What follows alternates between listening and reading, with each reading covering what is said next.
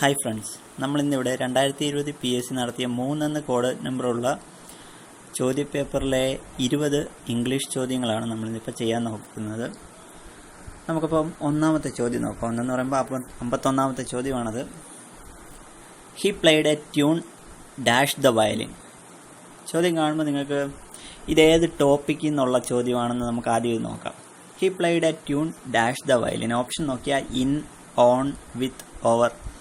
അപ്പോൾ നിങ്ങൾ ഇംഗ്ലീഷ് പ്രത്യേകം പഠിച്ചിട്ടുണ്ടെങ്കിൽ, ഇംഗ്ലീഷ് PSCക്ക് പഠിച്ചിട്ടുണ്ടെങ്കിൽ നിങ്ങൾക്ക് മനസ്സിലാവും ഇത് പ്രിപ്പോസിഷൻസ് എന്നുള്ള ടോപ്പിക്കിൽ നിന്നുള്ള ചോദ്യമാണ്. പ്രിപ്പോസിഷൻസ്. അപ്പോൾ അതിൽ നമുക്ക് ഈ സെൻറ്റൻസിൻ്റെ അർത്ഥം എടുത്ത് നോക്കാം. He played a tune dash the violin. അവൻ വയലിനിൽ ഒരു ട്യൂൺ വായിച്ചു. വയലിനിലാണ്, വയലിൻ്റെ അകത്തല്ല. അതുകൊണ്ട് നമുക്ക് ഇന്നെന്നുള്ളത് ആ ഒന്നാമത്തെ ഓപ്ഷൻ നമുക്ക് കളയാം. വയലിനകത്തല്ല. രണ്ടാമത് on the violin. On the violin എന്ന് പറയുമ്പോൾ വയലിന് ഓണെന്ന് നമ്മൾ പറയുമ്പോൾ എന്തിൻ്റെയോ മേളിൽ നിന്നാണോ, അല്ലെങ്കിൽ അതേ വയലിനിൽ എന്നുള്ള അർത്ഥം വരുന്നുണ്ട് ഓണിന്. നമുക്ക് മൂന്നാമത്തെ ഓപ്ഷൻ നോക്കാം, with. He played a tune with the violin. നമുക്ക് കേട്ട് കഴിയുമ്പോൾ കറക്റ്റ് ആണെന്ന് തോന്നും. വിത്ത് ദ വയലിൻ, വയലിൻ കൊണ്ട്, വയലിൻ്റെ കൂടെ വയലിൻ വെച്ചിട്ട് അവനൊരു ട്യൂൺ വായിച്ചത്. പക്ഷേ വിത്ത് ദ വയലിൻ എന്നുള്ള പ്രയോഗം തെറ്റാണ്. നാലാമത്തെ ഓവർ ദ വയലിൻ, വയലിന് മേളിൽ. ആ അർത്ഥം ശരിയല്ല. മൂന്നാമത്തെ ഓപ്ഷൻ വിത്ത് ദ വയലിൻ, വയലിൻ്റെ കൂടെ വായിച്ചതല്ല. ഓവർ ദ വയലിൻ, വയലിൻ്റെ മേളിൽ വായിച്ചതല്ല. അപ്പോൾ ശരി ഉത്തരം ഓപ്ഷൻ ബി ആണ്, ഓൺ ദ വയലിൻ ആണ്. അപ്പോൾ നമുക്ക് 51ാമത്തെ ചോദ്യത്തിൻ്റെ ഉത്തരം ഓൺ ആണ്. He played a tune on the violin. അപ്പോൾ അതാണ് ശരി ഉത്തരം. ഇനി നമുക്ക് അടുത്ത ചോദ്യം നോക്കാം. V enjoyed dash fun. ഈ ചോദ്യം ആർട്ടിക്കിൾസ് എന്നുള്ള ടോപ്പിക്കിൽ നിന്നാണ്. 52. V enjoyed dash fun. Option A V enjoyed A fun. അപ്പം നമുക്ക് ഈ സെൻറ്റൻസിൻ്റെ അർത്ഥം എടുത്താൽ, ആ തമാശ ഞങ്ങൾ എൻജോയ് ചെയ്തു, ആ തമാശ ഞങ്ങൾ ആസ്വദിച്ചു. ആ തമാശ ഞങ്ങൾ ആസ്വദിച്ചു എന്ന് പറയുമ്പം ആ തമാശ എ ഫൺ എന്ന് വെച്ചാൽ ഒരു തമാശ എന്ന്, ഞങ്ങൾ ഒരു തമാശ ആസ്വദിച്ചു എന്ന് നമ്മൾ പറയുന്നത് തെറ്റാ. അവിടെ എ വരത്തില്ല, ആൻ വരത്തില്ല. എയും ആനും ഏകദേശം ഒരേ അർത്ഥം വരും. പക്ഷേ നമ്മൾ ഉച്ചാരണത്തിൻ്റെ വ്യത്യാസം കൊണ്ടാണല്ലോ എയും ആനും വ്യത്യാസം വരുന്നത്. അപ്പോൾ എയും ആനും നമുക്ക് ഒരേ കാറ്റഗറി പെടുത്താം, എയും ആനും മാറ്റാം. അടുത്ത വി എൻജോയ്ഡ് ദ ഫൺ. ഒരു പർട്ടിക്കുലർ കാര്യത്തെ സൂചിപ്പിക്കാനാണ് ദ ഉപയോഗിക്കുന്നത്. V enjoyed the fun. അത് കറക്റ്റ് ആണെന്ന് തോന്നുന്നു. വി എൻജോയ്ഡ് ദ ഫൺ, ആ ഒരു തമാശ ഞങ്ങൾ ആസ്വദിച്ചു, ആ പറയുന്നത് ശരിയാണ്. V enjoyed for fun. നമുക്ക് നാലാമത്തെ ഓപ്ഷനായ ഡി, ഫോർ നോക്കുവാണെങ്കിൽ വി എൻജോയ്ഡ് ഫോർ ഫൺ. ആ തമാശയ്ക്ക് വേണ്ടി ഞങ്ങൾ ആസ്വദിച്ചു എന്ന് പറയത്തില്ലല്ലോ. അപ്പോൾ ആ ഓപ്ഷൻ തെറ്റാണ്. അപ്പം ഓപ്ഷൻ സി കറക്റ്റാണ്. We enjoyed the fun. ഞങ്ങൾ ആ പർട്ടിക്കുലർ തമാശ അത് ഞങ്ങൾ ആസ്വദിച്ചു. വി എൻജോയ്ഡ് ദ ഫൺ, അതാണ് കറക്റ്റ്. അപ്പം ശരി ഉത്തരം option c, we enjoyed the fun. അപ്പോൾ 52ാമത്തെ ചോദ്യം കഴിഞ്ഞു. ഇനി 53. They dash for you. ആ സെൻറ്റൻസിൻ്റെ അർത്ഥം എടുത്ത് നോക്കിക്കുക. They dash for you. ഓപ്ഷൻസൂടെ നോക്കിക്കഴിഞ്ഞാൽ വെയിറ്റ് എന്നുള്ള വാക്കിൻ്റെ പല രൂപങ്ങൾ. അപ്പോൾ അത് വെയിറ്റ്സ്, സിമ്പിൾ പ്രസൻറ്റ് ടെൻസ് ആണ് ഒന്നാമത്തെ option, weights. Option B is waiting, അതായത് സിമ്പിൾ പ്രസൻറ്റ് പിന്നെ പ്രസൻറ്റ് കണ്ടിന്യൂസ് ആണ് ഓപ്ഷൻ ബി. ഓപ്ഷൻ സിയും വെയിറ്റ്സിൻ്റെ കൂട്ട് വെയിറ്റ്, അതിപ്പോൾ സിമ്പിൾ പ്രസൻ്റ് ആണോ അല്ലെങ്കിൽ പ്രസന്റ് ടെൻസിൻ്റെ സിമ്പിൾ ഫോം ആണ് അവിടെ വരുന്നത്. ഓപ്ഷൻ ഡി ആർ വെയിറ്റിംഗ്, അത് പ്രസന്റ് കണ്ടിന്യൂസ്. അപ്പം നമുക്കിവിടെ നോക്കിക്കഴിഞ്ഞാൽ ചോദ്യത്തിൻ്റെ ആ സെൻറ്റൻസിൻ്റെ അർത്ഥം എടുത്താൽ ദേ ഡാഷ് ഫോർ യു, അവർ നിനക്ക് വേണ്ടി അവിടെ കാത്തിരിക്കുകയാണെന്നാണ് ആ സെൻറ്റൻസ് കൊണ്ട് ഉദ്ദേശിക്കുന്നത്. അവർ നിന്നെ കാത്തിരിക്കുന്നു, അവരിപ്പോൾ കാത്തിരുന്നുകൊണ്ടിരിക്കുകയാണ്. കണ്ടിന്യൂസ് ആയിട്ടുള്ളൊരു പ്രോസസ്സാണ്. അപ്പം ദേ വെയിറ്റ്സ് ഫോർ യു എന്ന് വെച്ചാൽ അവർ നിന്നെ കാത്തിരിക്കുന്നു, അത് പ്രസൻറ്റിൽ പറയുന്ന കാര്യം. പക്ഷേ ഇത് തുടർച്ചയായിട്ട് അവർ കാത്തിരിക്കുകയാണല്ലോ, കുറേ നേരം കൊണ്ട് കാത്തിരിക്കുകയാണല്ലോ. അപ്പോൾ അതൊരു കണ്ടിന്യൂസ് ടെൻസിൽ പറയുന്നതാണ് കറക്റ്റ്. ദേ വന്നു കഴിയുമ്പോൾ പിന്നെ നമുക്ക് അറിയാം ദേ എന്ന് വെച്ചാൽ പ്ലൂറലാണ്. അപ്പോൾ ദേ ഈസ് എന്ന് പറയത്തില്ല, ദേ ആർ എന്നേ പറയത്തുള്ളൂ. They are waiting for you. അപ്പോൾ ആദ്യത്തെ നമുക്ക് ഓപ്ഷൻ ഡി ആണ് ഉത്തരവെന്ന് മനസ്സിലാക്കാൻ. They are waiting for you. അടുത്ത ചോദ്യമാണ് the synonym of eccentric. Eccentric എന്നുള്ള വാക്കിൻ്റെ സിനോണിം എന്ന് വെച്ചാൽ പര്യായ പദം ഏതാണെന്ന് ഞാൻ സിനോണിമിൻ്റെ അർത്ഥം ഇവിടെ എടുത്തിട്ടുണ്ട്. എക്സെൻട്രിക് എന്നുള്ള വാക്കിൻ്റെ അർത്ഥം എന്താണെന്ന് വെച്ചാൽ അസാധാരണം, സാധാരണമല്ലാത്തത്. അതിന് ഉള്ള മറ്റുള്ള വാക്കുകളാണ് uncommon, peculiar, irregular, word, abnormal. അപ്പോൾ ഇതൊക്കെ അസാധാരണ. എക്സെൻട്രിക് എന്ന് വെച്ചാൽ അസാധാരണം.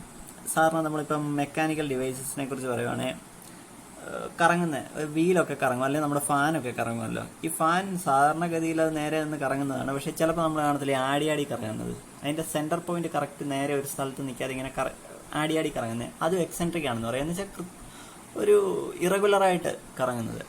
ഇവിടെ തന്നെ ഉത്തരം വന്നിട്ടുണ്ട്, പെക്യുലിയർ എന്നുള്ള ഓപ്ഷൻ അതിനകത്തുണ്ട്. അപ്പോൾ പെക്യുലർ ആണ് ഉത്തരം. അപ്പോൾ എക്സെൻട്രിക്കിൻ്റെ ഒരു സിനോണിമാണ് അത്, പ്രത്യേകത ഉള്ളത്, അസാധാരണമായത്. ഇനി നമുക്ക് മറ്റ് 3 ഓപ്ഷൻസ്. എഫിഷ്യൻ്റ് എന്താണെന്ന് നിങ്ങൾക്കറിയാം, കാര്യക്ഷമമായിട്ടുള്ളത്. ഇപ്പോൾ എഫിഷ്യൻ്റ് ആയിട്ടുള്ള ഒരു മെഷീനാണെന്ന് വെച്ച് കഴിഞ്ഞാൽ ആ മെഷീൻ വളരെ കാര്യക്ഷമമാണ്, കുറച്ച് ഊർജ്ജമേ ഉപയോഗിക്കത്തുള്ളൂ അതിന് വർക്ക് ചെയ്യാൻ വേണ്ടി. എഫിഷ്യൻ്റ് ആയിട്ടുള്ള ഒരു വണ്ടിയുടെ എൻജിൻ എഫിഷ്യൻ്റ് ആണെന്ന് വെച്ചാൽ അത് അധികം ഫ്യൂവൽ എടുക്കത്തില്ല. അപ്പോൾ എഫിഷ്യൻസി എന്ന് പറയുമ്പോൾ കാര്യക്ഷമത. അടുത്ത വേറൊന്നാണ് ഇറ്റേണൽ എന്ന് വെച്ചാൽ അനശ്വരം, ശാശ്വതമായിട്ട് നിൽക്കുന്നത്, എന്നും നിലനിൽക്കുന്നത്. പിന്നെ വേറൊരു ഓപ്ഷൻ 4മത്തെയാണ് പ്രൊഫിഷ്യൻ്റ് എന്ന് വെച്ചാൽ നൈപുണ്യമുള്ളത്, സ്കിൽഫുൾ എന്നാണ് അർത്ഥം. അപ്പോൾ ഇതിൽ നിന്ന് നമുക്ക് ഉത്തരം കിട്ടിയ 1മത്തെ ഓപ്ഷൻ എ പെക്യുലിയർ, അതാണ് അതിൻ്റെ ഉത്തരം. അപ്പോൾ ഓപ്ഷൻ എ പെക്യുലിയർ ആണ് ഇതിൻ്റെ ഉത്തരം, പ്രത്യേകതയുള്ളതെന്നുള്ള ഒരു അർത്ഥമാണ് അതിന് വരുന്നത്. അടുത്ത ചോദ്യം, they lead a happy life. 55മത്തെ ചോദ്യം, they lead a happy life. The word happy is a or an dash എന്ന് വെച്ചാൽ ഇത് ചോദ്യം എന്താണെന്ന് വെച്ച് കഴിഞ്ഞാൽ, ഈ ഹാപ്പി എന്നുള്ള വാക്ക് ഇവിടെ എന്തർത്ഥത്തിലാണ് ഉപയോഗിക്കുന്നത് എന്നുള്ളത്. അതായത് പാർട്സ് ഓഫ് സ്പീച്ച് ഉണ്ടല്ലോ, നിങ്ങൾ ഇംഗ്ലീഷിൽ ബേസിക്കായിട്ട് പഠിക്കുമ്പോൾ പാർട്സ് ഓഫ് സ്പീച്ച് പഠിക്കും. Noun, pronoun, verb, adverb, adjective അങ്ങനെയൊക്കെ പറഞ്ഞ് പഠിക്കും. അതിലെ ഹാപ്പി, ഈ സെൻറ്റൻസ് ഹാപ്പി ഉദ്ദേശിക്കുന്നത് എന്താണെന്നാണ് ചോദ്യം. ഇവിടെ ലൈഫ് എന്ന് വെച്ചാൽ ഒരു നൗണാണല്ലോ. ആ നൗണിനെ വിശേഷിപ്പിക്കാനാണ് അവിടെ ഹാപ്പി ഉദ്ദേശിച്ചേക്കുന്നത്. സന്തുഷ്ടകരമായ ജീവിതമാണ് അവർ നയിക്കുന്നതെന്ന് കാണിക്കാൻ വേണ്ടിയാണ് ഹാപ്പി എന്ന് ഉദ്ദേശിക്കുന്നത്. ഹാപ്പി എന്നുള്ള വാക്ക് വെച്ചേക്കുന്നത് സന്തുഷ്ടകരമായ ജീവിതത്തെ വിശേഷിപ്പിക്കാനാണ് സന്തുഷ്ടകരമായതെന്ന് പറയുന്നത്. അപ്പോൾ ലൈഫിനെ വിശേഷിപ്പിക്കുന്നതാണ് ഹാപ്പി. നൗണിനെ വിശേഷിപ്പിക്കാൻ ചേർക്കുന്ന വാക്കിന് പറയുന്ന പേരാണ് അഡ്ജക്റ്റീവ്. അപ്പോൾ ഇതിൻ്റെ ശരി ഉത്തരം ഓപ്ഷൻ ബി, അഡ്ജക്റ്റീവ് ആണ്. ഇവിടെ ഹാപ്പി എന്നുള്ള വാക്ക് അഡ്ജക്റ്റീവായിട്ടാണ് ഉപയോഗിച്ചിരിക്കുന്നത്. ദ ആന്റണിം ഓഫ് എക്സ്ട്രാവാഗന്റ് എന്നുള്ള വാക്കിൻ്റെ വിപരീത പദം, ആന്റണിം വിപരീത പദമാണല്ലോ, അതെന്താണെന്ന് നമുക്ക് 4 ഓപ്ഷൻ ഉണ്ട്. Real, hostile, frugal, enemy. അപ്പം നമുക്ക് ഇതിൽ ഏതാണ് ശരി ഉത്തരമെന്ന് നമുക്ക് നോക്കാം. ഇവിടെ ഞാൻ 4 വാക്കിൻ്റെ അർത്ഥം എടുത്തിട്ടുണ്ട്. 4 എക്സ്ട്രാവാഗന്റ് എന്നുള്ള വാക്കിൻ്റെ ഉൾപ്പെടെ 5 വാക്കിൻ്റെ അർത്ഥം എടുത്തിട്ടുണ്ട്. എക്സ്ട്രാവാഗന്റ് എന്ന് വെച്ചാൽ അതിര് കടന്നത്, അല്ലെ ധൂർത്ത്, ലാവിഷ്, അങ്ങനെയൊക്കെ അർത്ഥം വരുന്നത്. എക്സ്ട്രാവാഗന്റ് എന്ന് വെച്ചാൽ അമിതമായിട്ട് ചെലവഴിക്കുന്നത് എന്നുള്ളൊരർത്ഥം, ധൂർത്ത്, അത്ര ഉദ്ദേശിച്ചാൽ മതി. ഇനി ഓപ്ഷൻ എ റിയൽ ആണ്. റിയൽ എന്ന് വെച്ചാൽ യഥാർത്ഥം എന്നുള്ളത്. അത് എക്സ്ട്രാവാഗന്റുമായിട്ട് പ്രത്യേകിച്ച് അർത്ഥം ഒന്നും അതിൻ്റെ ഓപ്പോസിറ്റ് അല്ലല്ലോ, എക്സ്ട്രാവാഗന്റിൻ്റെ ഓപ്പോസിറ്റ് അല്ലല്ലോ. നമുക്കിപ്പം എക്സ്ട്രാവാഗന്റിൻ്റെ ഓപ്പോസിറ്റായിട്ട് വരേണ്ടത് കുറച്ച് ഉപയോഗിക്കുക, പിശുക്ക് കാണിച്ച് ഉപയോഗിക്കുക എന്നുള്ളൊരർത്ഥം വരുന്ന വാക്കാണ് കിട്ടേണ്ടത്. അപ്പോൾ റിയൽ അതിൻ്റെ ഉത്തരവല്ല. ഹോസ്റ്റൈൽ എന്ന് വെച്ചാൽ എതിർപ്പ്, ശത്രുത എന്നൊക്കെയാണ് അർത്ഥം. ഫ്രൂഗൽ നോക്കിയേ, ഇക്കണോമിക്കൽ, മിതത്വം, അമിതമായി ചിലവാക്കാത്തത്. അതാണല്ലോ നമുക്കിപ്പം എക്സ്ട്രാവാഗന്റിൻ്റെ ഓപ്പോസിറ്റായിട്ട് വരുന്നത്. ഇപ്പോൾ ഫ്രൂഗലാണ് ആൻസർ. ഓപ്ഷൻ സി ആണ് ആൻസർ, ഫ്രൂഗലാണ് ആൻസർ. ഓപ്ഷൻ ഡി എനിമി ആയിരുന്നു. എനിമി എന്ന് വെച്ചാൽ ശത്രു. അപ്പം ഞാൻ ഓപ്ഷൻ സി ഫ്രൂഗൽ അടയാളപ്പെടുത്തുന്നു. ഇനി അടുത്ത ചോദ്യം 57. Our jawans would not dash to the enemies. ഈ ചോദ്യം ഏത് വിഭാഗത്തിൽ നിന്ന് വരുന്നതാണ്? നമുക്ക് നോക്കാം. ഗീവ് എന്നുള്ള വാക്കിൻ്റെ പല പ്രയോഗങ്ങളാണ് താഴെ കൊടുത്തിരിക്കുന്നത്. അതായത് ഗീവിൻ്റെ ഫ്രൈസൽ വെർബുകളാണ്. ഇത് വൊക്കാബുലറിയിലെ ഫ്രൈസൽ വെർബ് എന്നുള്ള ടോപ്പിക്കിൽ നിന്നാണ് ഈ ചോദ്യം. ഇതാണ് ഗീവിൻ്റെ കുറച്ച് ഫ്രൈസൽ വെർബുകൾ. എല്ലാം ഇല്ല, ഒരു 6 എണ്ണം. ഞാൻ അതിലെ നമ്മുടെ ആദ്യത്തെ 4 എണ്ണം എന്ന് വെച്ചാൽ നമ്മുടെ ABCD ഓപ്ഷൻസ് ആണ്. നമുക്ക് ഓപ്ഷൻ എ നോക്കാം. ഗീവ് ഇൻ എന്ന് വെച്ചാൽ കീഴടങ്ങുക. അപ്പോൾ ഒന്നാമത് തന്നെ ആൻസർ കിട്ടിയെന്ന് തോന്നുന്നു. Our jawans would not give in to the enemies. Answer കിട്ടി. എന്നാൽ നമുക്ക് ബാക്കി 3 ഓപ്ഷനും പിന്നെ നമുക്ക് എക്സ്ട്രാ ഒരു 2 ഓപ്ഷനും കൂടെ നോക്കാം. ഗീവ് എവേ എന്ന് വെച്ചാൽ നൽകുക. അപ്പം നിങ്ങൾക്ക് എന്തെങ്കിലും കയ്യിലുണ്ടോ, അത് നിങ്ങൾ മറ്റൊരാൾക്ക് കൊടുക്കുക. നിങ്ങളുടെ കയ്യിൽ ഒരു ബുക്കുണ്ട്, നിങ്ങൾ വായിച്ചു കഴിഞ്ഞാൽ മറ്റൊരാൾക്ക് കൊടുക്കുക. Give away the book, give the book away, അങ്ങനെ നമുക്ക് പറയാം. ഗീവ് അപ്പ് എന്ന് വെച്ചാൽ മതിയാക്കുക, തോൽവി സമ്മതിക്കുക. അപ്പോൾ അത് ഇവിടെ ചേരുമെന്ന് നിങ്ങൾക്ക് തോന്നും. പക്ഷേ ടു ദ എനിമീസ് എന്ന് പറയുമ്പോൾ അവിടെ give in to the enemies എന്ന് ആണ് കുറെ കൂടെ ചേരുന്നത്. Give up to the enemies എന്ന ഉള്ളതിനേക്കാൾ കൂടുതൽ accurate give in to the enemies എന്നാണ്. ഗീവ് അപ്പ് എന്ന് വെച്ചാൽ മതിയാക്കുക. അപ്പം ഞാനൊരു കാര്യം കണ്ടിന്യൂസ് ആയിട്ട് ചെയ്തുകൊണ്ടിരിക്കുക, എനിക്കത് ഇപ്പോൾ ഒരു ഗെയിം ഞാൻ കളിച്ചുകൊണ്ടിരിക്കുക, ഗെയിമിൽ ഏതെങ്കിലും ഒരു പർട്ടിക്കുലർ സ്റ്റേജിൽ എനിക്ക് ജയിക്കാൻ പറ്റുന്നില്ല, അപ്പം ഞാൻ മതിയാക്കി, ഞാൻ ഇവിടെ നിർത്തി. അപ്പം അതിന് മതിയാക്കുക എന്നുള്ളൊരർത്ഥം ഗീവ് അപ്പിന് വരും. ശത്രുവിന് മുന്നിൽ കീഴടങ്ങുക എന്നുള്ള ഗീവ് ഇൻ എന്നുള്ളതാണ്. അപ്പം ഓപ്ഷൻ എ ഗീവ് ഇൻ ആണ് കറക്റ്റ്. ഗീവ് അപ്പിന് സിമിലർ ഒരു മീനിങ് വരുമെന്ന് തോന്നുമെങ്കിലും പക്ഷെ ഇവിടെ കുറെ കൂടെ കറക്റ്റ് ഗീവ് ഇൻ ആണ്. ഇനി ഗീവ് ഔട്ട് എന്നുള്ള നാലാമത്തെ ഓപ്ഷൻ, പ്രവർത്തനം നിലയ്ക്കുക, കേടാകുക. ഇപ്പം ഒരു എൻജിൻ കേടാവുക, അല്ലെ ഒരു മെഷീൻ കേടാവുക, നമ്മൾ വീട്ടിൽ ഉപയോഗിക്കുന്ന മിക്സി കേടാവുക, ഇത് ഗ്രൈൻഡർ ഗീവ് ഔട്ട് എന്ന് പറയുമ്പോൾ നമുക്ക് ഗ്രൈൻഡർ വർക്കിംഗ് നിലച്ചു, അതിൻ്റെ അങ്ങനെ ഒരു അർത്ഥം വരും. ഇനി എക്സ്ട്രാ 2 വാക്കുകൾ ഇട്ടിട്ടുണ്ട്. ഗീവ് ഓഫ് എന്ന് വെച്ചാൽ പുറപ്പെടുവിക്കുക അല്ലെങ്കിൽ പുറത്തു വിടുക. ഇപ്പം എന്തെങ്കിലും നല്ല നോയ്സ് പുറപ്പെടുവിക്കുന്ന എന്തെങ്കിലും ഒരു machine, the machine gives of noise എന്ന് നമുക്ക് പറയാം. അല്ലെങ്കിൽ നല്ല മണം തരുന്നൊരു പൂവ്, the flower gives of good smell, അങ്ങനെയൊക്കെ നമുക്ക് പറയാം ഗീവ് ഓഫിൻ്റെ അർത്ഥം. ഗീവ് ഇൻ ടു എന്ന് വെച്ചാൽ അടിമപ്പെടുക, നമ്മൾ എന്തെങ്കിലും ഒരു ശീലത്തിനൊക്കെ അടിമപ്പെട്ടു പോകുന്നത്, കീഴ്പ്പെട്ടു പോകുന്നത്. ഇപ്പം നമുക്ക് ചിലർ സിഗരറ്റ് വലി അല്ലെ മദ്യപാനം അങ്ങനെയുള്ള കാര്യത്തിന് അടിമപ്പെട്ടു പോകുന്നതിന് ഗീവ് ഇൻ ടു എന്ന് നമുക്ക് പറയാം. Give in to that habit. അപ്പോൾ അത് ഗീവിൻ്റെ ഒരു 6 ഫ്രേസൽ വെർബുകൾ ഞാൻ അർത്ഥം പറഞ്ഞു. ഇതിലെ നമ്മുടെ ചോദ്യത്തിൻ്റെ ഉത്തരം ഓപ്ഷൻ എ ഗീവ് ഇൻ ആണ്. Give in to the enemies. നിങ്ങൾക്ക് ഗീവ് അപ്പ് ഓപ്ഷൻ സി കണ്ടു കഴിയുമ്പം ചേരുമെന്ന് നിങ്ങൾക്ക് തോന്നും, പക്ഷേ ഗീവ് ഇൻ ആണ് ഇതിൻ്റെ കറക്റ്റ് ആൻസർ. അടുത്ത ചോദ്യം 58. Rice is the staple food of Kerala. ഏത് ടോപ്പിക്കിൽ നിന്നാണ് ഈ ചോദ്യം വന്നതെന്ന് ചോദിച്ചാൽ ഏത് ടൈപ്പ് സെന്റൻസ് ആണ് ഇതെന്ന് കണ്ടെത്തുന്നതാണ്. ഇപ്പം നമുക്കറിയാം പല ടൈപ്പ് സെന്റൻസുകളുണ്ടല്ലോ. എക്സ്ക്ലമേറ്ററി സെന്റൻസ് എന്ന് വെച്ചാൽ അത്ഭുതത്തോടെ എന്തെങ്കിലും പറയുന്നതാണ്. അവിടെ എന്തോ നടന്നു, അപ്പോൾ അല്ലെങ്കിൽ എന്ത് നല്ല കാര്യമാണ് അവിടെ സംഭവിക്കുന്നത്, അല്ലെങ്കിൽ നമ്മൾ വളരെ സന്തോഷത്തോടെ ഇന്ത്യ ക്രിക്കറ്റ് മാച്ച് ജയിച്ചു കഴിയുമ്പോൾ നമ്മൾ സന്തോഷത്തോടൊക്കെ, അപ്പം നമ്മൾ പറയുമ്പോൾ അവിടെ എക്സ്ക്ലമേറ്ററി സെന്റൻസ് ആണ് പറയുന്നത്. അല്ലെങ്കിൽ നമ്മൾ ഞെട്ടിയിട്ട് എന്തെങ്കിലും ഒരു കാര്യം കേൾക്കുമ്പോഴൊക്കെ നമ്മൾ പറയുന്നതാണ് എക്സ്ക്ലമേറ്ററി സെന്റൻസ്. അസർട്ടീവ് സെന്റൻസ് എന്ന് വെച്ച് കഴിഞ്ഞാൽ ഒരു കാര്യം പറയുന്നത്, നമ്മളിപ്പോൾ ഇവിടുത്തെ ഈ എക്സാമ്പിൾ തന്നെ, rice is the staple food of Kerala. കേരളത്തിൻ്റെ എന്നും കഴിക്കുന്ന ഫുഡാണ് അരി, ചോറ്. നമ്മുടെ നമ്മൾ എന്നും കഴിക്കുന്ന ഫുഡ്, നമ്മുടെ എന്തുവായാലും മലയാളത്തിൽ ഒറ്റ വാക്ക് പറയുന്നത്, നമ്മൾ നിത്യവും കഴിക്കുന്ന ഭക്ഷണമാണ് അരി, ചോറ്. അപ്പോൾ അതാണ് ഈ പറയുന്നത്. അതൊരു അസർട്ടീവ് സെന്റൻസ്. അസർട്ടീവ് സെന്റൻസ് എന്ന് പറയുമ്പോൾ ഇതുപോലൊരു സ്റ്റേറ്റ്മെന്റ്, സാധാ ഒരു കാര്യം പറയുന്നതാണ് അസർട്ടീവ് സെന്റൻസ്. ഒരു കാര്യം ഊന്നി പറയുക, അസർട്ടീവ് സെന്റൻസ്. പക്ഷെ ഇമ്പറേറ്റീവ് സെന്റൻസ് എന്ന് വെച്ചാൽ അതൊരു കമാൻഡോ, റിക്വസ്റ്റോ, ഓർഡർ, അതായത് ആജ്ഞാപിക്കുക, അപേക്ഷിക്കുക, അങ്ങനെയുള്ള കാര്യങ്ങളൊക്കെയാണ് ഇമ്പറേറ്റീവ് സെന്റൻസ് വരുന്നത്. ഇൻട്രോഗേറ്റീവ് സെന്റൻസ് എന്ന് വെച്ചാൽ ക്വസ്റ്റ്യനിങ് ആണ്. ക്വസ്റ്റ്യൻസ് ആണ് ഇൻട്രോഗേറ്റീവ് സെന്റൻസ്. ഇതിപ്പം നമ്മൾ ഈ 4 ടൈപ്പ് പറഞ്ഞതിലും ഇത് അസർട്ടീവ് സെന്റൻസിലാണ് നമ്മുടെ ഈ ചോദ്യം പെടുന്നത്. Rice is the staple food of Kerala. അതൊരു സാധാ സെന്റൻസാണ്. അതിന് പ്രത്യേകിച്ച് ചോദ്യമല്ല, അത് അത്ഭുതത്തോടെ പറയുന്ന കാര്യമല്ല, അത് ആരോടും പറയുന്ന ആജ്ഞയോ റിക്വസ്റ്റോ അല്ല. അതുകൊണ്ട് നമുക്ക് ഓപ്ഷൻ എയും സിയും ഡിയും കളയാം. ഓപ്ഷൻ ബി ആണ് കറക്റ്റ്. അസർട്ടീവ് സെന്റൻസ് ആണ് ഇത്. അപ്പോൾ 58 ബി. അടുത്ത ചോദ്യം, the gender of the word peacock is. Peacock എന്നുള്ള വാക്കിൻ്റെ ജെൻഡർ ഏതാണെന്ന്. ഇപ്പം ഇംഗ്ലീഷിൽ 4 ടൈപ്പ് ജെൻഡർ ഉണ്ട്. Masculine gender, feminine gender, neuter gender, common gender. ഇപ്പം മലയാളത്തിൽ അതിന് തുല്യമായിട്ട് സ്ത്രീലിംഗം, പുല്ലിംഗം എന്നൊക്കെ പറയും. ഇപ്പം മാസ്കുലിൻ ജെൻഡർ എന്ന് വെച്ചാൽ പുല്ലിംഗമാണ്. ശരിക്കും പീകോക്ക് എന്നുള്ള വാക്ക് മാസ്കുലിൻ ജെൻഡർ ആണ്. ഇപ്പം മാസ്കുലിൻ ജെൻഡർ എന്തുവാണെന്ന് നിങ്ങൾക്കറിയാമല്ലോ, പുല്ലിംഗം. ഇനി കോമൺ ജെൻഡർ എന്തുവാണെന്ന് ചോദിച്ചു കഴിഞ്ഞാൽ, ഇപ്പം ഒരു കുട്ടി എന്ന് പറയുമ്പോൾ ആൺകുട്ടിയോ പെൺകുട്ടിയോ എന്ന് നമ്മൾ പ്രത്യേകം എടുത്ത് പറയുന്നില്ലെങ്കിൽ അത് കോമൺ ജെൻഡർ ആണ്. ഒരു ഓഫീസർ എന്ന് പറയുമ്പോൾ, ഒരു ഓഫീസർ എന്ന് പറയുമ്പം അത് സ്ത്രീയാണോ പുരുഷനാണോ എന്ന് നമുക്ക് പറയാൻ ഒക്കത്തില്ല. ഏത് ലിംഗമാണെന്ന് പറയാത്തതാണ് കോമൺ ജെൻഡർ. ഇനി ന്യൂട്ടർ ജെൻഡർ ഉണ്ട്. ന്യൂട്ടർ ജെൻഡർ എന്ന് വെച്ചാൽ ഇത് പറയാനൊക്കാത്തത്, ജെൻഡർ പറയാനൊക്കാത്തത്. ഉദാഹരണത്തിന് ഇപ്പം നമുക്ക് പേന, അല്ലെങ്കിൽ നമ്മുടെ ഫോണ്, അല്ലെ കുന്ന്, മല, അങ്ങനെ ജീവനില്ലാത്ത വസ്തുക്കൾ, അങ്ങനെയുള്ള കാര്യങ്ങളൊക്കെയാണ് ന്യൂട്രൽ ജെൻഡർ വരുന്നത്. പീക്കോക്ക് മാസ്കുലിൻ ജെൻഡറാണ്, അതിൻ്റെ ഫെമിനൈൻ ജെൻഡർ പീ ഹെൻ ആണ്.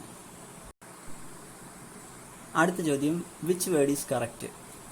സ്പെല്ലിംഗ് ചെക്ക് ചെയ്യുന്ന ചോദ്യമാണിത്. അതിൽ വെക്കേഷൻ എന്നുള്ള വാക്ക്, വെക്കേഷൻ്റെ കറക്റ്റ് സ്പെല്ലിംഗ് ഓപ്ഷൻ എ കൊടുത്തേക്കുന്നതാണ്, VACATION, അത്രേ ഉള്ളൂ. ബാക്കിയെല്ലാം തെറ്റാണ്. സ്പെല്ലിംഗ് നമ്മൾ ഓരോ വാക്കിൻ്റെ ഇങ്ങനെ പ്രത്യേകം പഠിച്ചാലേ അത് എഴുതാൻ ഒക്കത്തുള്ളൂ. അടുത്ത ചോദ്യം, the question tag for he said nothing dash, അത് കഴിഞ്ഞിട്ട് ക്വസ്റ്റ്യൻ മാർക്ക്. അതിൻ്റെ ക്വസ്റ്റ്യൻ ടാഗ് എന്താണെന്ന്, ഇപ്പോൾ ക്വസ്റ്റ്യൻ ടാഗ് ഒരു സ്ഥിരം ചോദ്യമാണ്. ക്വസ്റ്റ്യൻ ടാഗ് പറയുമ്പം നമുക്കവിടെ പറയേണ്ടത്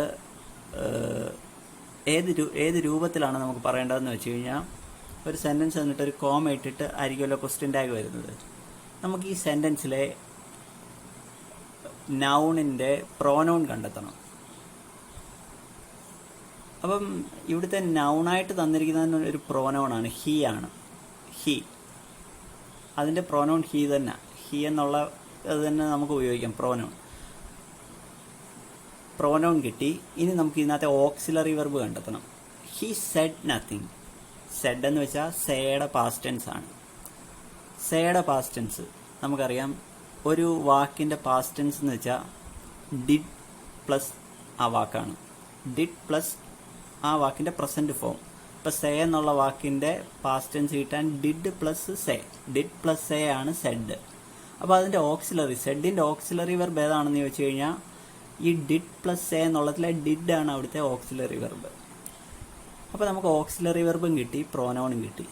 ഇനി നമുക്ക് ഈ തന്നിരിക്കുന്ന സെൻറ്റൻസിൻ്റെ അത് പോസിറ്റീവ് ആണോ നെഗറ്റീവ് ആണോ നോക്കണം. ഹി സെഡ് നത്തിങ്, അതൊരു നെഗറ്റീവ് സെൻറ്റൻസാണ്, കാരണം അവിടെ നത്തിങ് എന്ന് വന്നു. ഹി സെഡ് നത്തിങ്, ഈ നോ വെച്ച് തുടങ്ങുന്ന വാക്കുകളൊക്കെ വന്നു കഴിഞ്ഞാൽ സെൻറ്റൻസ് നെഗറ്റീവ് ആവും. അപ്പോൾ നമുക്ക് വേണ്ടുന്ന ക്വസ്റ്റ്യൻ ടാഗ് പോസിറ്റീവാണ് വേണ്ടത്. അപ്പം നമുക്ക് ഡിഡ് വന്നു. ഡിഡിൻ്റെ നെഗറ്റീവ് ആക്കേണ്ടത് ഡിഡ് നോട്ട് വെച്ചിട്ടായിരുന്നു. പക്ഷേ ഇവിടെ സെൻറ്റൻസ് നെഗറ്റീവ് ആയതുകൊണ്ട് നമുക്ക് ക്വസ്റ്റ്യൻ ടാഗ് പോസിറ്റീവ് വേണ്ടിയുണ്ട്. നമുക്ക് ക്വസ്റ്റ്യൻ ടാഗിൽ പോസിറ്റീവായിട്ടുള്ള നോട്ട് ചേർക്കണ്ട, നെഗറ്റീവായിട്ടുള്ള നോട്ട് ചേർക്കണ്ട. അപ്പോൾ ഡിഡ് പ്ലസ് ഹി, അത്രയേ ഉള്ളൂ നമ്മുടെ ഇവിടുത്തെ ക്വസ്റ്റ്യൻ ടാഗ്, ഡിഡ് ഹി. അപ്പോൾ ശരി ഉത്തരം ഓപ്ഷൻ എ ആണ്, ഡിഡ് ഹി. അത്രേ ഉള്ളൂ ഇവിടുത്തെ ഉത്തരം. ക്വസ്റ്റ്യൻ ടാഗിനെ പറ്റി ഡീറ്റെയിൽ ആയിട്ട് സെപ്പറേറ്റ് ഒരു വീഡിയോ ഇടാം. അടുത്ത ചോദ്യം, if you learn well you dash the exam.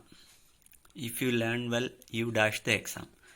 ഇവിടെ ക്യാൻ എന്നുള്ള വാക്കിൻ്റെ പല രൂപങ്ങളാണ് താഴെ ഓപ്ഷനായിട്ട് കൊടുത്തിട്ടുള്ളത്. അപ്പോൾ നമുക്ക് ആ സെൻറ്റൻസിൻ്റെ അർത്ഥം ഒന്ന് നോക്കാം. If you learn well you dash the exam. If you learn well എന്നുള്ള ഫസ്റ്റ് പാർട്ട് എടുത്താൽ അതൊരു ഇപ്പം നീ പഠിച്ചാൽ, നീ വൃത്തിയായിട്ട് പഠിച്ചാൽ നീ എക്സാം പാസ്സാകും, അങ്ങനെയാണ് ആ സെൻറ്റൻസ് കൊണ്ട് ഉദ്ദേശിക്കുന്നത്. യു ഡാഷ് ദ എക്സാം, നീ എക്സാം പാസ്സാകുമെന്നാണ് അവിടെ അർത്ഥം വരേണ്ടത്. അപ്പോൾ നമുക്ക് താഴെയുള്ള ഓപ്ഷൻ 4 ഓപ്ഷൻ നോക്കാം. അപ്പോൾ അവിടെ ഒന്നാമത്തെ option A, can pass. Can pass എന്ന് വെച്ചാൽ നിനക്ക് പാസ്സാവാൻ കഴിയും, അതൊരു ഉറപ്പായിട്ടുള്ള കാര്യമാണ് പറയുന്നത്. ക്യാൻ എന്നുള്ള വാക്ക് കൊണ്ട് അവിടെ ഉദ്ദേശിക്കുന്നത് ഉറപ്പായിട്ടുള്ള കാര്യമാണ്. Can pass, you can pass, നിനക്ക് പാസ്സാവാൻ കഴിയും. അത് അപ്പോൾ അതാണ് അതിൻ്റെ അർത്ഥം. If you learn well you can pass the exam. അവിടെ നല്ലൊരു കറക്റ്റ് മീനിങ് കിട്ടുന്നുണ്ട്. ശരി ഉത്തരം ക്യാൻ പാസ് തന്നെയാണ്. ഇനി നമുക്ക് ബാക്കി ഉത്തരം തെറ്റായത് എന്താണെന്ന് നമുക്ക് നോക്കാം. നമുക്ക് രണ്ടാമത്തെ ഓപ്ഷൻ കുഡ് പാസ് എടുക്കാം. കുഡ് പാസ് എന്ന് വെച്ച് കഴിഞ്ഞാൽ അതൊരു പോസിബിലിറ്റി. ക്യാൻ എന്ന് വെച്ചാൽ നമ്മൾ ഉറപ്പായിട്ടും പറ്റുന്നൊരു കാര്യമാണ്, ഇറ്റ് ഈസ് പോസിബിൾ. പക്ഷേ കുഡ് എന്ന് വെച്ചാൽ സാധ്യതയെ പറയുന്നുള്ളൂ. പാസ്സായേക്കാം, യു കുഡ് പാസ്, നിനക്ക് പാസ്സാവാൻ പറ്റിയേക്കാം. അപ്പം നീ ശരിക്കും പഠിച്ചാൽ നിനക്ക് ചിലപ്പോൾ പാസ്സാവാൻ പറ്റുമെന്ന് പറയുന്നത് അതൊരു കറക്റ്റായിട്ടുള്ളൊരു സെൻറ്റൻസ് അല്ലല്ലോ. ഇനി അടുത്ത മൂന്നാമത്തെ ഓപ്ഷൻ കുഡ് ഹാവ് പാസ്ഡ്. ഈ കുഡ് ഹാവ് പാസ്ഡ് എന്ന് വെച്ച് കഴിഞ്ഞാൽ നേരത്തെ കഴിഞ്ഞു പോയ ഒരു സംഭവത്തിന് പക്ഷേ അത് നടക്കാതെ പോയി. പരീക്ഷ എഴുതിയായിരുന്നു, പക്ഷെ അവൻ പാസ്സായില്ലായിരുന്നു, പക്ഷെ അവൻ പഠിച്ചായിരുന്നേ പാസ്സായേക്കാമായിരുന്നു എന്ന് നമുക്ക് പറയാമല്ലോ. ആ അർത്ഥത്തിൽ പറയുന്നതാണ് കുഡ് ഹാവ്. ഇനി നാലാമത്തെ ഓപ്ഷൻ കുഡ് പാസ്ഡ്. അതൊരു കറക്റ്റ് ഫോം ആണെന്ന് എനിക്ക് തോന്നുന്നില്ല, കുഡ് പാസ്ഡ്. കാരണം ഇത് കുഡ് ഓൾറെഡി ഒരു പാസ്റ്റ് ടെൻസിൽ, അപ്പം കുഡ് പാസ്ഡ് എന്ന് പറയത്തില്ല. അപ്പോൾ നമുക്ക് നാലാമത്തെ ഓപ്ഷൻ കളയാം. എന്തായാലും ആ 3 ഓപ്ഷൻ ഞാൻ പരിശോധിച്ചതിലെ ഓപ്ഷൻ എ കറക്റ്റ് ഉത്തരമാണെന്ന് പറഞ്ഞു. ഇനി നമുക്ക് അടുത്ത ചോദ്യമാണ്, sunstroke is formed using.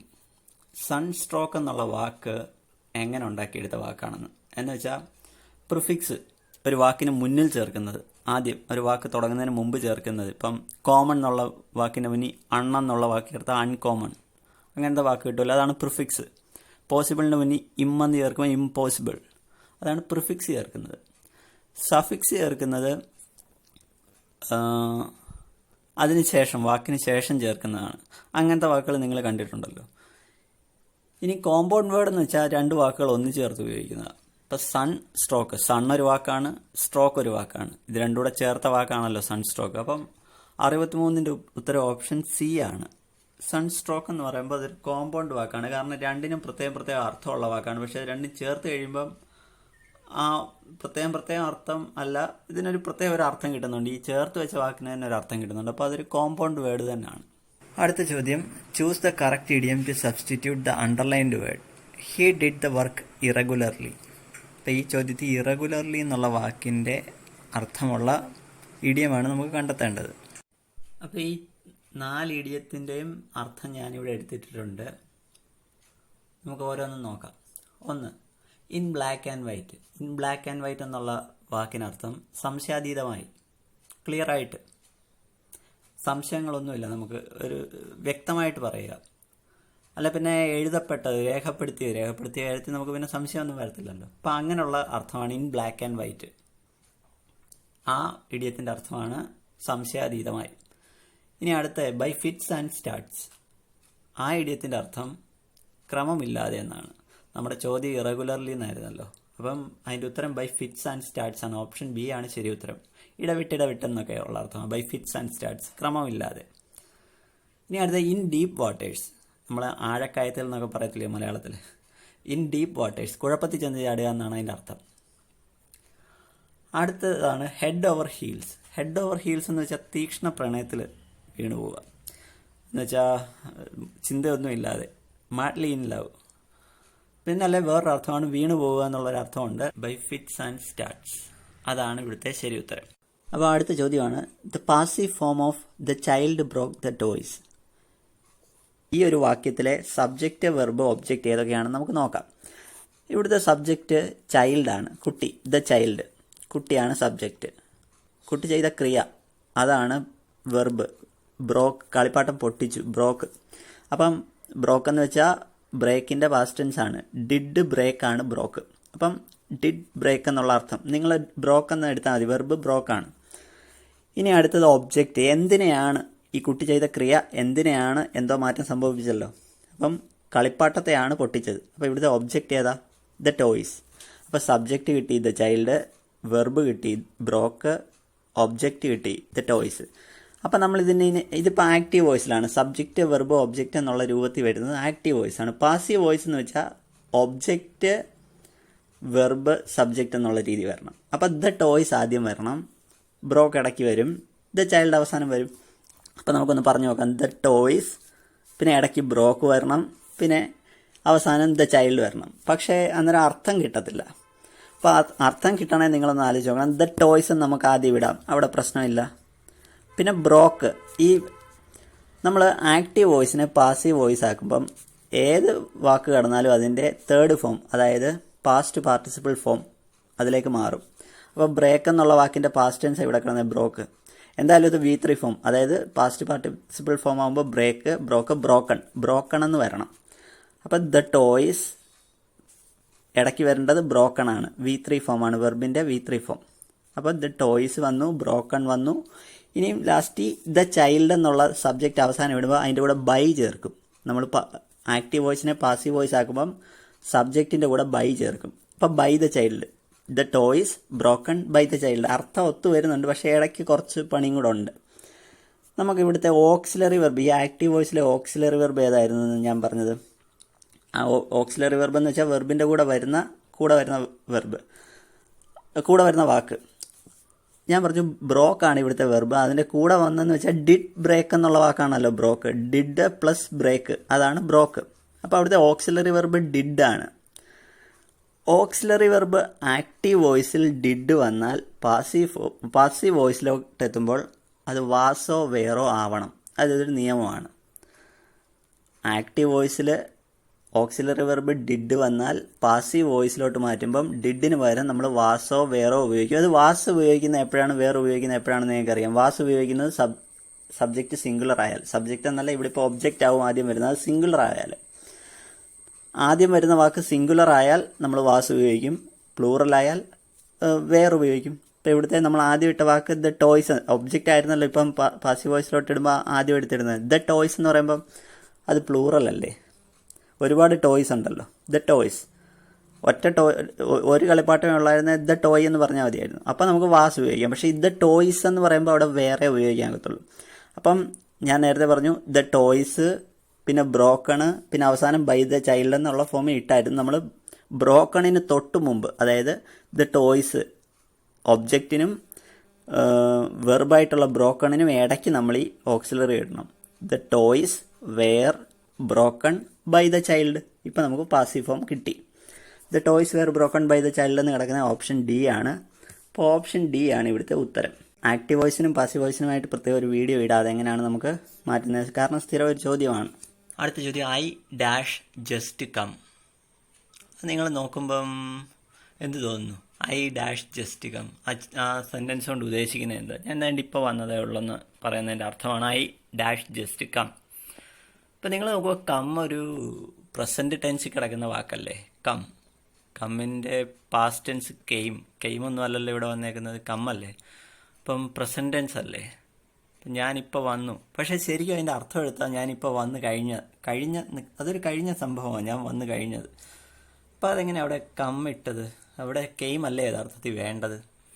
I just came from the market, ഞാനിപ്പോൾ മാർക്കറ്റിൽ നിന്ന് വന്നേ ഉള്ളെന്ന് പറയുന്നത് കറക്റ്റ് അല്ലേ ആ sentence? I just came from the market, ഞാനിപ്പോൾ ചന്തയിൽ പോയിട്ട് വന്നേ ഉള്ളൂ, ആ അർത്ഥം എടുക്കാം. പക്ഷേ ഇവിടെ എങ്ങനെയാണ് ഈ കം വന്നത്? അപ്പം നിങ്ങൾ മനസ്സിലാക്കണം, കമ്മിന് 3 ഫോം ഉണ്ട്. കമ്മിൻ്റെ 3 ഫോം: കമ്മ്, കെയിം, കമ്മ്. അതായത് come present tense, came past tense, പിന്നെ കം തന്നെ അത് past participle V3 form. V3 ഫോമും കം തന്നെ. അപ്പോൾ നമ്മളിപ്പോൾ ഇവിടെ ഈ ചോദ്യത്തിൽ കണ്ട കമ്മ് ഫസ്റ്റ് ഫോമായിട്ടുള്ള V1 പ്രസന്റ് ടെൻസ് ആണോ, അതോ തേർഡ് ഫോമായിട്ടുള്ള V3 പാസ്റ്റ് പാർട്ടിസിപ്പിൾ ആണോ? അപ്പോൾ നമുക്കിവിടെ വേണ്ടുന്നത് തേർഡ് ഫോം ആണെന്ന് മനസ്സിലായി.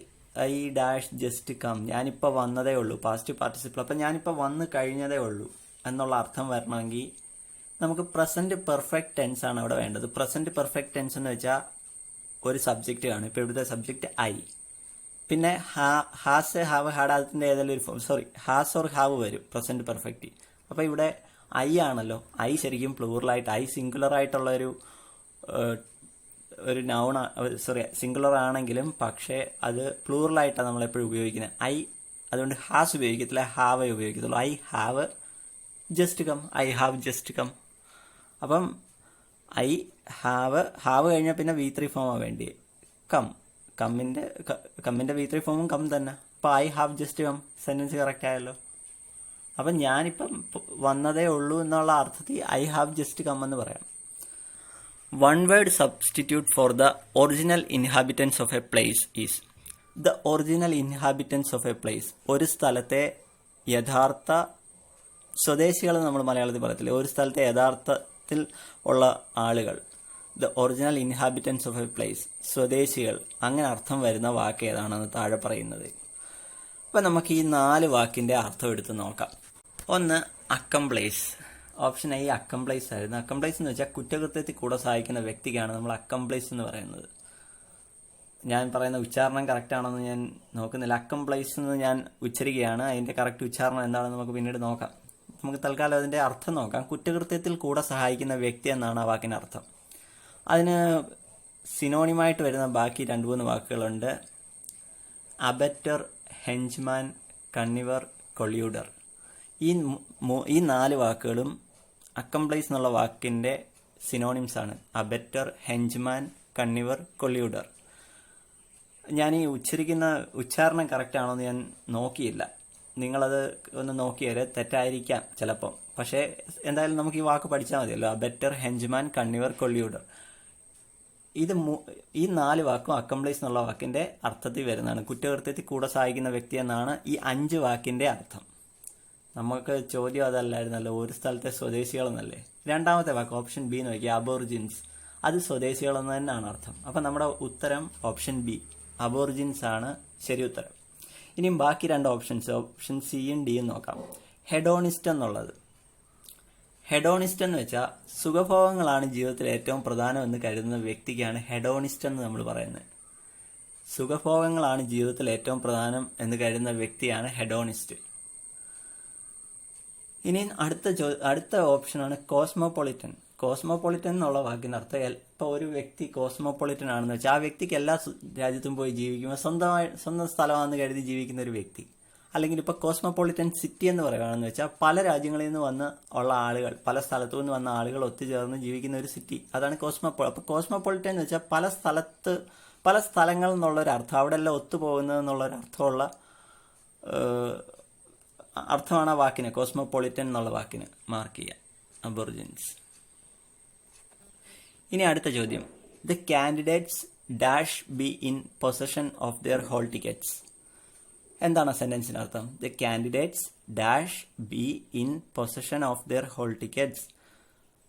ഇപ്പൊ കാൻഡിഡേറ്റ്സ് എന്ന് പറയുമ്പം മത്സരാർത്ഥികൾ എന്നുള്ള അർത്ഥം എടുക്കുകയാണ്. മത്സരാർത്ഥികൾ അല്ലെങ്കിൽ ഇപ്പൊ പരീക്ഷ എഴുതാൻ വന്നിട്ടുള്ള കാൻഡിഡേറ്റ്സ് അവരുടെ ഹോൾ ടിക്കറ്റ്, പൊസഷൻ ഉള്ള വാക്കിന് അർത്ഥം അവരുടെ കയ്യിൽ ഇരിക്കണം, അവരുടെ കയ്യിൽ ഉണ്ടാവണം. ഹോൾ ടിക്കറ്റ്, എക്സാം എഴുതാൻ വരുന്നവരുടെ ഹോൾ ടിക്കറ്റ് ഉണ്ടാവണം എന്നാണ് ആ പറഞ്ഞ വാക്യത്തിന്റെ അർത്ഥം. The candidates dash be in possession of their hall tickets. പരീക്ഷ എഴുതാൻ ചെല്ലുമ്പോൾ നിങ്ങൾ ഹോൾ ടിക്കറ്റുമായി ചെല്ലണമെന്നുള്ള അർത്ഥത്തിൽ പറയുന്നതാണ്. അപ്പോൾ അതൊരു ഓർഡർ അല്ലേ, ഒരു ഇമ്പറേറ്റീവ് സെന്റൻസ് അല്ലേ? ഓർഡർ, ഒരു ഉത്തരവ് പറയുന്ന പോലാണല്ലോ. പരീക്ഷ എഴുതാൻ വരുന്ന ഒരു ഹോൾ ടിക്കറ്റുമായിട്ട് വരണമെന്ന് പറയുന്നത്. അപ്പം നമുക്ക് ആ 4 ഓപ്ഷൻസ് എടുത്ത് നോക്കാം. ക്യാന്, മേയ, വില്ല്, മസ്റ്റ്. അവിടെ ഓർഡറായിട്ട്, അതായത് ഇമ്പറേറ്റീവ് സെന്റൻസ് ടൈപ്പ് വരുന്ന വാക്ക്, അവിടെ ഒത്തുപോകുന്ന വാക്ക് ഏതാണെന്ന് നോക്കാം. നമുക്ക് ഓരോ വാക്കിന്റെ അർത്ഥം എടുത്ത് നോക്കാം. The candidates can be in possession of their hall tickets. പരീക്ഷ എഴുതാൻ വരുന്നവര് ഹോൾ ടിക്കറ്റ് കൊണ്ടുവരാം, അതൊരു സാധ്യത പോലെ പറയുന്നതാണ്. സാധ്യത നല്ല ഒരു വ്യക്തമായിട്ട് കൊണ്ടുവരാം, അത് അങ്ങനെ അല്ലല്ലോ അവിടെ ശരിക്കും വരേണ്ട, ഒരു കമാൻഡ് പോലല്ലേ വരേണ്ട. അപ്പൊ ക്യാൻ അവിടെ ചേരില്ല. ഇനി ദ കാൻഡിഡേറ്റ്സ് മേ ഇട്ട് നോക്കാം. The candidates may be in position of their hall tickets. കാൻഡിഡേറ്റ്സിന്റെ ഈ ഹോൾ ടിക്കറ്റ് ഉണ്ടാവാമെന്നല്ലല്ലോ അവിടെ പറയാൻ, അവിടെ ഒരു വരേണ്ട അർത്ഥം അതല്ലല്ലോ.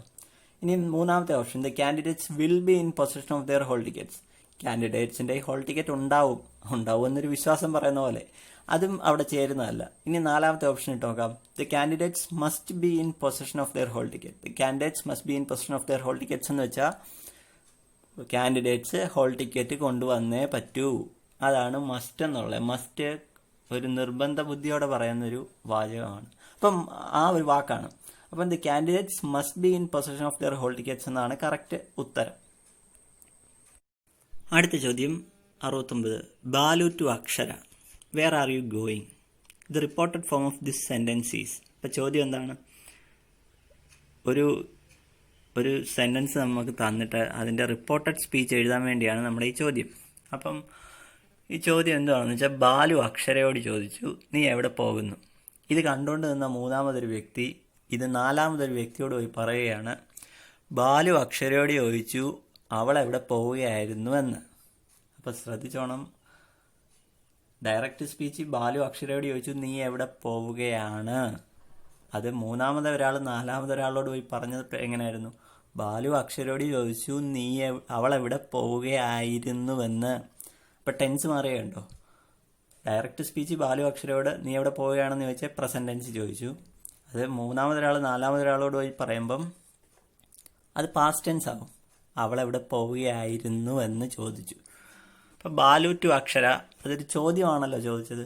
അപ്പം എന്തായാലും ആസ്ക്ഡ് എന്നുള്ള വാക്കാണ് അവിടെ ഉപയോഗിക്കേണ്ടത്. ബാലു ആസ്ക്ഡ് അക്ഷര, ബാലു അക്ഷരയോട് ചോദിച്ചു. അവിടെ വരെ ഈ 4 ഓപ്ഷൻ്റെ കറക്റ്റാണ്. ബാക്കി കിടക്കുന്നതാണ് വ്യത്യാസം. ബാക്കി കിടക്കുന്നതെന്ന് വെച്ചാൽ ബാലു അക്ഷരയോട് ചോദിച്ച ചോദ്യത്തിൻ്റെ ഭാഗമാണ് ആ ബാക്കി കിടക്കുന്നത്. നമ്മുടെ ഡയറക്റ്റ് സ്പീച്ച് ചോദ്യം കിടക്കുന്നത്, ക്വസ്റ്റിനെ മാറ്റുന്ന കാര്യം മാത്രമാണ് ഇവിടെ പറയുന്നത്. ഡയറക്റ്റ് ആൻഡ് ഇൻഡയറക്റ്റ് സ്പീച്ച് കുറെ കൂടെ വലിയ ടോപ്പിക്കാണ്, അതിന് ഞാൻ സെപ്പറേറ്റ് ഒരു വീഡിയോ ഇടാം. പക്ഷേ ഇവിടുത്തെ ക്വസ്റ്റ്യൻ മാത്രം എങ്ങനെ നമുക്ക് റിപ്പോർട്ട് ചെയ്യുമ്പോൾ മാറ്റം വരുന്നെന്ന് നോക്കിയാൽ മതി. ഇപ്പം വേർ ആർ യു ഗോയിങ് എന്നായിരുന്നു ചോദ്യം. അതിലെ ക്വസ്റ്റ്യൻ വേർഡാണ് വേർ, ഓക്സിലറി വെർബാണ് ആർ. അപ്പോൾ where are you subject, going verb. Where are you going എന്നായിരുന്നു ബാലു അക്ഷരോട് ചോദിച്ചത്. അതാണ് direct speech, question word, auxiliary verb, subject, verb. Where are you going എന്ന് ചോദിച്ചതിൻ്റെ ആ ഓർഡർ. അത് ഇൻഡയറക്റ്റ് സ്പീച്ച് വരുമ്പോൾ എങ്ങനെ മാറും? ചെറിയൊരു വ്യത്യാസമുണ്ട്. ക്വസ്റ്റ്യൻ വേർഡ് ആദ്യം വരും, വെർബ് അവസാനം വരും. പക്ഷേ ഇടയ്ക്ക് കിടക്കുന്ന ഓക്സിലറി വെർബും സബ്ജക്റ്റും അങ്ങോട്ടും ഇങ്ങോട്ടും സ്ഥാനം മാറും. ഇപ്പോൾ വേർ കഴിഞ്ഞ് സബ്ജക്റ്റ് വരണം. വേർ യു എന്ന സബ്ജക്റ്റും പിന്നെ ഓക്സിലറി വെർബായിട്ടുള്ള ആറും. ഈ വേർ യു ആർ ഗോയിങ് എന്ന് പക്ഷെ നമ്മൾ അങ്ങനെ പറയത്തില്ല. നമ്മൾ റിപ്പോർട്ട് സ്പീച്ചിലോട്ട് മാറ്റുമ്പം കുറച്ച് വ്യത്യാസങ്ങൾ വരുത്തും. അത് സബ്ജക്റ്റിനുണ്ടാകുന്ന വ്യത്യാസവും ഓക്സിലറി വെർബിനുണ്ടാകുന്ന വ്യത്യാസവും ഞാൻ പറയാം. ഇപ്പം ബാലു അക്ഷരോട് ചോദിച്ചു, നീ എവിടെ പോവുകയായിരുന്നു? അപ്പം മൂന്നാമതൊരാൾ നാലാമതൊരാളോട് പോയി പറയുമ്പോൾ എങ്ങനെ പറയുന്നത്? അവൾ എവിടെ പോവുകയായിരുന്നു എന്ന് ബാലു ചോദിച്ചെന്നല്ലേ പറയുന്നത്. അപ്പം അവൾ എന്ന് വരണം. അപ്പം അതിന് യു എന്നുള്ള സബ്ജക്റ്റ്, ക്വസ്റ്റ്യനി വേർ ആർ യു ഗോയിങ്ങിലെ യു എന്നുള്ള സബ്ജക്റ്റിന് നമ്മൾ ഇൻഡയറക്റ്റ് സ്പീച്ച് വരുമ്പം അവൾ എവിടെ പോവുകയായിരുന്നു, വേർ ഷീ. അപ്പോൾ സബ്ജക്റ്റ് ഇവിടെ വരുമ്പോൾ യു മാറി ഷീ ആവും. ക്വസ്റ്റ്യൻ വേർഡ് വേർ തന്നെ, വേർ ഷീ. ഇനി ഓക്സിലറി വെർബ്. ഈ ഡയറക്റ്റ് സ്പീച്ചിനെ ഇൻഡയറക്റ്റ് സ്പീച്ചിലോട്ട് മാറ്റുമ്പോൾ പ്രസന്റ് ടെൻസിൽ കിടക്കുന്ന കാര്യങ്ങൾ പാസ്റ്റ് ടെൻസിൽ മാറും. പാസ്റ്റ് ടെൻസിലാണ് കിടക്കുന്നതെങ്കിൽ അത് പാസ്റ്റ് പാർട്ടിസിപ്പിളിലോട്ട് മാറും. അപ്പം നമ്മുടെ ഇവിടുത്തെ ഓക്സിലറി വെർബ് പ്രസന്റ് ടെൻസിൽ കിടന്നത് വേർ ആർ യു ഗോയിങ്ങിലെ എന്നുള്ള ഓക്സിലറി വെർബിന്റെ പാസ്റ്റ് ടെൻസ് ആയിട്ടുള്ള വാസോ വേറോ വരണം. ഈ സാം എന്നുള്ളത് വാസോ വേറോ ആവും. അങ്ങനെയാണ് അതിന്റെ റൂള്. പ്രസന്റ് ടെൻസിലെ ഈ സാം എന്നുള്ള ഫോം പാസ്റ്റ് ടെൻസിലെ വാസോ വേറോ ആവണം. അപ്പം നമ്മുടെ ക്വസ്റ്റ്യൻ വേർഡ് ഇൻഡയറക്റ്റ് സ്പീച്ച് നോക്കാം. വേർ ഷീ കഴിഞ്ഞിട്ട് വാസ് ആണോ വേർ ആണോ ചേരുന്നത്? വേർ ഷീ വേർ ഗോയിങ് എന്ന് പറയാമോ? ഇല്ല. ഷീ എന്ന് വെച്ചാൽ സിംഗുലറാണ്. വേർ ഷീ വാസേ അവിടെ ചേരത്തുള്ളൂ. അപ്പോൾ question word where, subject she, auxiliary verb was. Where she was going. അപ്പോൾ നമുക്ക് കംപ്ലീറ്റ് കിട്ടിയല്ലോ. നമുക്ക് ഒന്നാമത്തെ ഓപ്ഷൻ നോക്കിയേ. Balu asked Akshara where she were going. ഞാൻ ഇപ്പോൾ പറഞ്ഞ തെറ്റാണ്. അത് ഷീ വാസേ വരത്തുള്ളൂ. അപ്പം രണ്ടാമത്തെ ഓപ്ഷൻ നോക്കിയേ. Balu asked Akshara where she was going. അതാണ് കറക്റ്റ്. നമ്മളിപ്പോൾ പറഞ്ഞു question word, subject, auxiliary verb ആ ഫോമിൽ വന്നത് ഓപ്ഷൻ ബി ആണ്. ഓപ്ഷൻ ഡി നോക്കിക്കേ. ഓപ്ഷൻ ഡിയിലും സെയിം വേർഡ്സ് ഒക്കെ തന്നെ കിടക്കുന്നു. പക്ഷേ സബ്ജക്റ്റിന്റെ ഓക്സിലറി വെർബിന്റെയും വാസ് ഷീ എന്നാണ് കിടക്കുന്നത്. ഷീ വാസ് എന്നാണ് നമുക്ക് വേണ്ടത്. ക്വസ്റ്റ്യൻ ഇൻഡയറക്റ്റ് സ്പീച്ചിലോട്ട് മാറ്റുമ്പം വേർ ഷീ വാസ് ഗോയിങ് എന്നാണ് വേണ്ടത്. വേർ വാസ് ഷീ ഗോയിങ് എന്ന് ചോദിക്കത്തില്ല ഇൻഡയറക്റ്റ് സ്പീച്ചിൽ. ഇൻഡയറക്റ്റ് സ്പീച്ച് അങ്ങനെ പറയത്തില്ല, ചോദിക്കുമല്ല പറയത്തില്ല. 70ാമത്തെ ചോദ്യം. His only bad habit is smoking. The underlined word is A dash. Gerund, present participle, past continuous, none of the above. നമുക്ക് ഈ സ്മോക്കിംഗ് എന്നുള്ള വാക്ക് ഈ സെന്റൻസിൽ എന്തർത്ഥത്തിലാണ് ഉപയോഗിച്ചിരിക്കുന്നത് എന്നാണ് ചോദിച്ചേക്കുന്നത്. നമുക്ക് അതിന്റെ മലയാളം അർത്ഥം എടുത്ത് നോക്കാം. അവന്റെ ഒരേ ഒരു ദുശ്ശീലം എന്ന് വെച്ച് കഴിഞ്ഞാൽ പുകവലിയാണ്. അപ്പോൾ പുകവലിയാണ് അവന്റെ ഒരേ ഒരു ദുശ്ശീലം. പുകവലി എന്ന് വെച്ചാൽ അവിടെ ഒരു നൗണായിട്ടാണ് ഉപയോഗിച്ചേക്കുന്നത് അല്ലേ.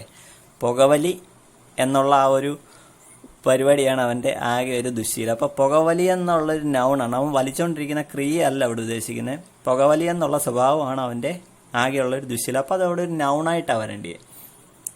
സ്മോക്കിംഗ് എന്ന് വെച്ചാൽ നൗണാണോ? നിങ്ങൾ സാറിന് കേട്ടിട്ടുള്ളത് സ്മോക്ക് എന്നുള്ള വാക്ക് സ്മോക്കിംഗ് പുകവലിയാണെന്ന് എനിക്കറിയാം. അപ്പോൾ ഒരാൾ പുക വലിച്ചുകൊണ്ടിരിക്കുക, ഹി ഈസ് സ്മോക്കിംഗ് എന്ന് വെച്ചാൽ അവിടെ അയാൾ ചെയ്യുന്ന ക്രിയയാണ്. ഹി ഈസ് സ്മോക്കിംഗ്, അവൻ പുക വലിച്ചുകൊണ്ടിരിക്കുന്നു. അപ്പം നിങ്ങൾ ചിന്തിക്കും സ്മോക്കിംഗ് എന്നുള്ള പുകവലി എന്നുള്ള നൗൺ എങ്ങനെ ആവും? സ്മോക്കിംഗ് എന്ന് വെച്ച് കഴിഞ്ഞാൽ ഒരു ക്രിയ അല്ലേ. അതാണ് ജെറണ്ട് എന്നുള്ള കാര്യം. ജെറണ്ട് എന്ന് വെച്ച് കഴിഞ്ഞാൽ ഈ ING ഫോം നൗണായിട്ട് ഉപയോഗിക്കുന്നതാണ് ജെറണ്ട് എന്ന് പറയുന്നത്.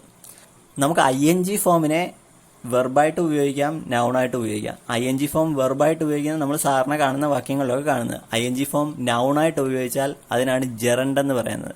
നമ്മുടെ ഈ സെന്റൻസ് നോക്കുക. His only bad habit is smoking. അവന്റെ ഒരേ ഒരു ദുശ്ശീലം പുകവലിയാണ്. അവിടെ പുകവലി അവനിപ്പോൾ വലിച്ചുകൊണ്ടിരിക്കുകയെന്നല്ല അർത്ഥം. അവൻ പുക വലിക്കുന്ന സ്വഭാവമുള്ള വ്യക്തിയാണ്. അവിടെ അതൊരു നൗണായിട്ടാണ് ഉപയോഗിച്ചേക്കുന്നത്. സ്മോക്കിംഗ് അവിടെ ഒരു നൗണായിട്ടാണ് ഉപയോഗിച്ചേക്കുന്നത്. അതുകൊണ്ട് അത് ജെറണ്ടാണ്. ശരി ഉത്തരം ഓപ്ഷൻ എ ജെറണ്ടാണ്. അപ്പം ഇംഗ്ലീഷിന്റെ 20 ചോദ്യം കഴിഞ്ഞു.